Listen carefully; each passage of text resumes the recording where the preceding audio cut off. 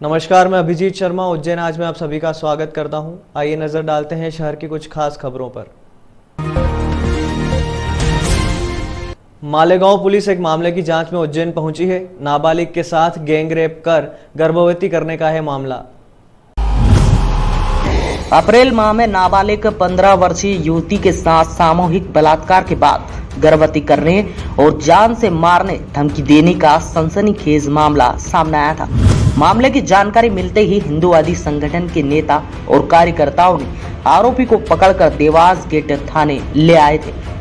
Police ने बताया था कि पूरा मामला बड़वानी के समीप पर रहने वाली एक नाबालिग 15 वर्षीय से जुड़ा है, जो कि मजदूरी करने मालेगांव गई, जहां ओरिया यूपी के माहित नामक शख्स ने दोस्ती कर उसका बलात्कार किया। इसके बाद इस नाबालिग को पुणे यूपी में भी बारी बारी 2 अन्य लोगों ने नाबालिग के साथ रेप की घटना को अंजाम दिया। जिसके बाद युवती गर्भवती हो गई तो उसे बस में बैठाकर उज्जैन के लिए रवाना कर दिया। उज्जैन में युवती ने एक दिव्यांग बच्चे को जन्म दिया, लेकिन बच्चे की मौत हो गई। जिसके बाद आरोपी माहित को दिल्ली से उज्जैन बुलवाकर पुलिस के हवाले कर दिया गया था। इस पूरे मामले को लेकर आज महाराष्ट्र मालेगांव पुलिस साक्ष्य जुटाने अब उज्जैन पहुंची है। इधर नाबालिग ने लगाए थे सनसनीखेज आरोप। जी हां, 15 वर्षीय नाबालिग युवती ने माहित के साथ साथ गिरोह में शामिल कमाल और खुर्शीद के भी नाम पुलिस को बताए थे और कहा कि ये तीनों दिल्ली से गैंग चलाते थे और छोटे छोटे बच्चों को भी पकड़कर उनके साथ मारपीट कर उनको हाथ पांव काटने की धमकी देते थे। माहित ने उसे पुणे, मालेगांव, ओरिया और दिल्ली में रखा और कई बार उसके साथ यौन शोषण करा और अन्य से भी करवाया। माहित नाबालिग से मोहित नाम से मिला था और उसके साथ उसने दोस्ती बढ़ाई थी। युवती ने मीडिया को यह भी बताया कि आरोपी माहित एसिड से जलाकर मार डालने की धमकी भी देता था। इस पूरे मामले का कैसे हुआ था खुलासा? जी हां, नाबालिग के गर्भवती होने के बाद माहित ने युवती को जान से मारने की धमकी देते हुए उसे बस में बैठा दिया और उज्जैन में रहने वाली युवती की बहन के पास भेज दिया।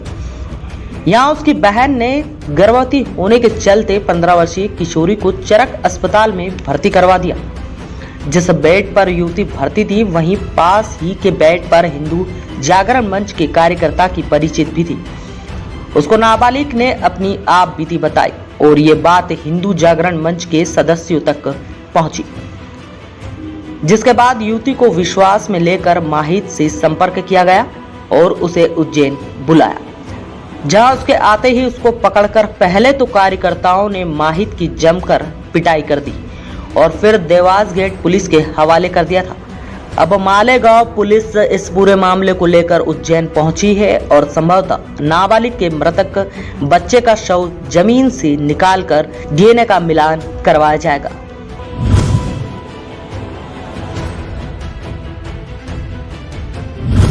अब जो मामला है, जो प्राइमरी इन्वेस्टिगेशन हुआ, प्राइमरी फेशियल इन्वेस्टिगेशन हुआ, तो ये पाया गया कि ये पूरा मामला मालेगांव जिले महाराष्ट्र का है।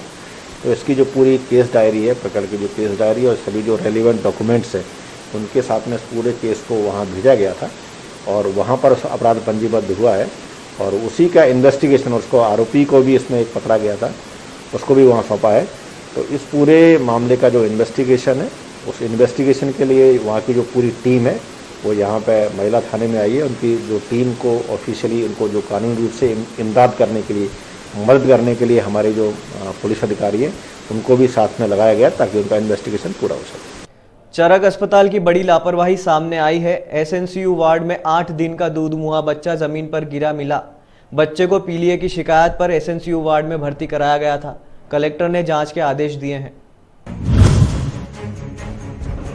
उज्जैन में लापरवाही की हद देखने को मिली है और लापरवाही किसी बड़े बुजुर्ग के साथ नहीं बल्कि एक 8 दिन का दूध मुंह बच्चे के साथ हुई है। सरकारी अस्पताल चरक भवन में 28 मई को रीना रायकवार प्रसूति हुई थी। रीना ने एक बच्चे को जन्म दिया। धैर्य नामक बच्चे और मां की 4 जून को अस्पताल से छुट्टी दे दी गई, जिसके बाद घर पर ही मां ने बच्चे की आंखों में पीलापन देखने की बात कही तो फिर से चरक अस्पताल में बच्चे को दिखाने पहुंचे, जहां पर डॉक्टर ने बच्चे को पीलिया होने का अंदेशा जताकर धैर्य को एसएनसीयू वार्ड में भर्ती कर लिया। 6 जून को करीब रात 9 बजे बच्चे को दूध पिलाने के लिए अनाउंसमेंट किया गया, जिसके बाद धैर्य की मां रीना रायकवर जब बच्चे को दूध पिलाने एसएनसीयू वार्ड में पहुंची तो बच्चा वार्मर की जगह नीचे जमीन पर पड़ा मिला, जिसके बाद तुरंत ड्यूटी डॉक्टर और नर्स को इस बात की सूचना दी गई, जिसके बाद वहां मौजूद स्टाफ को इस बारे में पता चला। चरक अस्पताल में इस तरह की लापरवाही की घटना पहली नहीं है, बल्कि इस बार इस तरह की घटना बीते दिनों में हुई है। हालांकि अब तक यह स्पष्ट नहीं हो पाया है कि धैर्य नीचे जमीन पर कैसे गिरा, क्योंकि 8 दिन का नवजात तो पलट भी नहीं सकता। इस बात का अंदेशा लगाया जा रहा है कि कहीं कोई बच्चा चोरी करने तो नहीं आया था। उसी दौरान बच्चे की मां अंदर आ गई और चोरी करने वाला बच्चे को जमीन पर पटक कर चला गया। हालांकि बच्चे के सिर पर चोट के निशान भी हैं। धैर्य के जमीन पर पड़े होने के गंभीर लापरवाही की शिकायत जब उज्जैन कलेक्टर आशीष सिंह के पास पहुंची तो उन्होंने इस पूरी घटना को बड़ी लापरवाही बताकर जांच के आदेश दिए हैं। इधर दूध मुंह नवजात धैर्य के पिता ने अस्पताल प्रबंधन पर गंभीर आरोप लगाते हुए कहा कि अगर मेरी पत्नी सही वक्त पर एसएनसीयू वार्ड में धैर्य के पास नहीं पहुंचती तो कुछ भी अनहोनी हो सकती थी। क्या उसने यूनिट पर नहीं देखा, जो फोटोथेरेपी की जो यूनिट रहती थी जिस पर बच्चा वो रख के गई थी शाम 5 बजे दूध पिलाने के बाद, जब उसने वो बच्चा वहाँ नहीं देखा और वो घबराई तो उसको नीचे से कहीं से रोने की आवाज़ आई, तो देखा तो बच्चा नीचे गिरा पड़ा था और जोर जोर से रो रहा था। तो वाइफ घबरा गई, उसने एकदम चिल्लाया, तब पूरा स्टाफ वहाँ पर पहुँचा और नर्सों ने बच्चों को उठाया और डॉक्टर वहाँ आए। उन्होंने बच्चे को चेकअप किया कि ठीक है, लेकिन उसके सर पे कुछ स्ट्रेस था, ब्लीडिंग नहीं थी लेकिन थोड़ा सा कुछ सॉइलिंग का उस पर निशान था। ये बहुत ही गंभीर मामला है जो आप लोगों के द्वारा मेरे संज्ञान में लाया गया है और इसकी बिल्कुल तह तक जाया जाएगा कि कैसे ऐसी स्थिति उत्पन्न हुई, क्या कारण थे, कौन इसके लिए जिम्मेदार है और निश्चित रूप से बहुत जल्दी ही आज शाम तक ही इस संबंध में रिपोर्ट लेकर अगर किसी की जिम्मेदारी बनती है तो उसके ऊपर कार्रवाई भी होगी और हम लोग सुनिश्चित करेंगे भविष्य में इस प्रकार की किसी भी घटना की पुनरावृत्ति। किशनपुरा में सोमवार रात बदमाशों ने गदर मचाया। मंदिर जा रहे युवक से शराब के लिए पैसे मांगे, पैसे नहीं देने पर उसे पिस्टल अड़ा दी। उज्जैन में अब हर कोई दुर्लभ कश्यप बनना चाहता है। नई उम्र के लड़के अब गैंग बनाने लगे हैं। इन्हीं बदमाशों ने किशनपुरा में जमकर गदर मचाया। उन्होंने मंदिर जा रहे एक युवक से शराब के रुपए मांगे और युवक ने रुपए नहीं दिए तो मुंह में पिस्टल अड़ा दी। दहशतगर्दी का यह वाकया माधवनगर थाने के किशनपुरा में सोमवार बीती रात हुआ। मोहल्ला श्रमिक बहुल और इसके चलते यहां अपराध भी खूब होते हैं। मोहल्ले का लक्की बेंडवाल दर्शन करने के लिए मंदिर जा रहा था। इसी बीच 8 से 10 लोग आए और उसे घेर लिया। इनमें से अनमोल सिसोदिया, नीलू संगत, गोलू खींची, ऋतिक पैथोड़ आदि शामिल थे। इन्होंने लक्की से शराब पीने के लिए रुपए मांगे। जब लक्की ने रुपए देने से इनकार किया तो अपराधियों ने पिस्टल निकाल कर लक्की के मुंह में ठूस दी। उसकी जमकर पिटाई भी की। लक्की मेंढवाल ने बताया कि आरोपी बदमाश प्रवृत्ति के हैं। वह मोहल्ले में हथियार लेकर घूमते रहते हैं, चाहे जिसे वह पीटते रहते हैं। हालांकि पुलिस ने अनमोल सिसोदिया को पकड़ लिया है और अन्य साथी उसके फरार हैं। लेकिन पुलिस का खौफ कम होने के कारण उज्जैन में छोटे छोटे अपराधी पनप रहे हैं। वह अपराधी एक दिन दुर्लभ जैसे गैंगस्टर बनने की तैयारी में लग रहे हैं। जब तक पुलिस इन पर कड़ी कार्रवाई नहीं करेगी तब तक इसी तरह उज्जैन में अपराधियों के हौसले बुलंद होते रहेंगे और वह इसी तरह घटना करते रहेंगे। अब देखना होगा उज्जैन पुलिस अधीक्षक क्या इन अपराधियों पर लगाम कस पाते हैं या इसी तरह नई उम्र के गुंडे उज्जैन में पनपते रहेंगे और दुर्लभ जैसे बनकर उज्जैन को बदनाम करने की कोशिश करेंगे। 8-10 जने आए, 3 लोग, उनने शराब के मुझसे पैसे मांगे। मना करने पर उनने चाकू तलवार से निकाले और पिस्टल मुंह में भर दी। पैसे ना देने पे और बांधने की धमकी दी। अनमोल सिसोदिया, नीलू संगत, गोलू किच्ची और ये ऋतिक बेथोड़ वगैरह 8-9 जने थे। लक्की नाम के एक लड़के के साथ में अनमोल और नीलू, ये 2 पुराने बदमाश हैं थाना माधवनगर क्षेत्र के, जिनका काफ़ी दहशत रहती है किशनपुरा और गोपालपुरा के क्षेत्र में। उन लोगों ने उसके पिस्टल अड़ा करके उसके साथ शराब पीने के पैसे को लेकर के उसके साथ मारपीट वगैरह की थी। उसमें पुलिस के द्वारा त्वरित कार्रवाई करते हुए उसमें से एक जो आरोपी है अनमोल सिसोदिया, इसके भी करीब 9 आपराधिक रिकॉर्ड हैं, पहले भी बंद हो चुका है कई मामलों में। पुलिस को पहले भी इसकी कई संदिग्ध स्थितियों में तलाश जारी रही है, उसको गिरफ्तार किया है। और जो अन्य जो एक आरोपी है नीलू, उसकी भी तलाश की जा रही है, संभवतः आज पुलिस को सफलता मिल जाएगी। लोडिंग वाहनों में हो रही चोरी और पुलिस द्वारा रिपोर्ट नहीं लिखने के विरोध में दूधतलाई क्षेत्र में ट्रांसपोर्टर्स ने अपनी गाड़ियों पर विरोध स्वरूप काले झंडे लगाए। उज्जैन में पिछले कुछ दिनों से लगातार चोरी की वारदात हो रही हैं। दरअसल यह चोरी लोडिंग वाहनों में हो रही है। ये सभी लोडिंग वाहन दूधतलाई क्षेत्र से निकलते हैं और करीब 100 किलोमीटर के दायरे में सामग्री छोड़ने व लेने जाते हैं। इसी दौरान चोर वाहन से चोरी की घटना को अंजाम देते हैं। ट्रांसपोर्टर का कहना है कि यहाँ पुलिस द्वारा समय पर रिपोर्ट नहीं लिखी जाती है, ना ही वारदात कम हो रही है। इसी बात के विरोध में मंगलवार से ट्रांसपोर्टरों ने अपने वाहनों पर काले झंडे लगाना शुरू कर दिए हैं। भी चोरी की घटनाओं की रिपोर्ट लिखाने थाने पे जाते हैं तो वहाँ हमारा किसी प्रकार का सहयोग नहीं किया जा रहा है, जिसके विरोध में कोरोना के प्रोटोकॉल के तहत हमने हमारे वाहनों पर काले झंडे लगाकर इसका विरोध दर्ज करा रहे हैं कि ताकि प्रशासन जाके और हमारी रिपोर्टें लिखे, क्योंकि अगर रिपोर्टें ही नहीं लिखी जाती है तो आगे माल बरामदगी और चोरों की गिरफ्तारी तक तो हम पहुँच ही नहीं पा रहे हैं। जिला प्रशासन ने सिंधी कॉलोनी चौराहे पर रैंडमली कोविड जांच शुरू की है ताकि ऐसे मरीजों तक पहुंचा जा सके जो पहले सामने नहीं आ पाए थे। सिंधी कॉलोनी चौराहे पर रैंडमली मंगलवार को कोविड टेस्ट किए गए। हेल्थ विभाग की रैपिड रिस्पांस टीम ने पुलिस विभाग की मदद से यहां से गुजरने वाले वाहन चालकों को रोका और जांच करवाई। सैंपलिंग टीम ने दिन भर में करीब 50 से ज्यादा लोगों के सैंपल लिए। टीम के दिलीप सोलंकी ने बताया कि हेल्थ विभाग की करीब 20 टीमें अलग अलग क्षेत्रों में रैंडमली जांच कर रही है। जांच का मकसद यह है कि बाहर निकल रहे लोगों में संक्रमण की पहचान आसानी से हो सके। सैंपलिंग के दौरान कॉन्टैक्ट नंबर भी नोट किए जा रहे हैं ताकि संक्रमण निकलने पर कॉन्टैक्ट ट्रेसिंग आसानी से हो सके। सिंधी कॉलोनी चौराहे पे हम यहाँ पे सुबह से और 50 लोगों से अधिक लोगों की जांच हो चुकी है और हर जगह हमारी उज्जैन में सभी जगह टीम चल रही है। हर पॉइंट पे, बैंक में और फैक्ट्रियाँ में सब तो सैम्पलिंग हो रही है। कॉन्टैक्ट ट्रेसिंग है, RT-PCR। 80% मुस्लिम आबादी वाले गांव में लोगों द्वारा वैक्सीन नहीं लगवाया जा रहा था, जिसकी जानकारी सांसद अनिल फिरोजिया को मिली। अनिल फिरोजिया गांव पहुंचे और लोगों को वैक्सीनेशन के लिए प्रेरित किया। पूरे जिले में वैक्सीनेशन 100% करने को लेकर जिला प्रशासन और जनप्रतिनिधि प्रयास में लगे हुए हैं। काफी प्रयास के बावजूद ग्रामीण क्षेत्रों में वैक्सीनेशन रफ्तार नहीं पकड़ रहा है। ऐसे ही क्षेत्रों में उज्जैन सांसद अनिल फिरोजिया पहुंचे और लोगों को घर घर जाकर समझाइश दी। उज्जैन के धतरावदा गांव में अल्पसंख्यक समाज के कई घर हैं जहां पर 80% लोगों का वैक्सीनेशन अब तक नहीं हो पाया है। वैक्सीनेशन की जानकारी और उसके फायदे बताने के लिए उज्जैन सांसद अनिल फिरोजिया पहुंचे और घर घर जाकर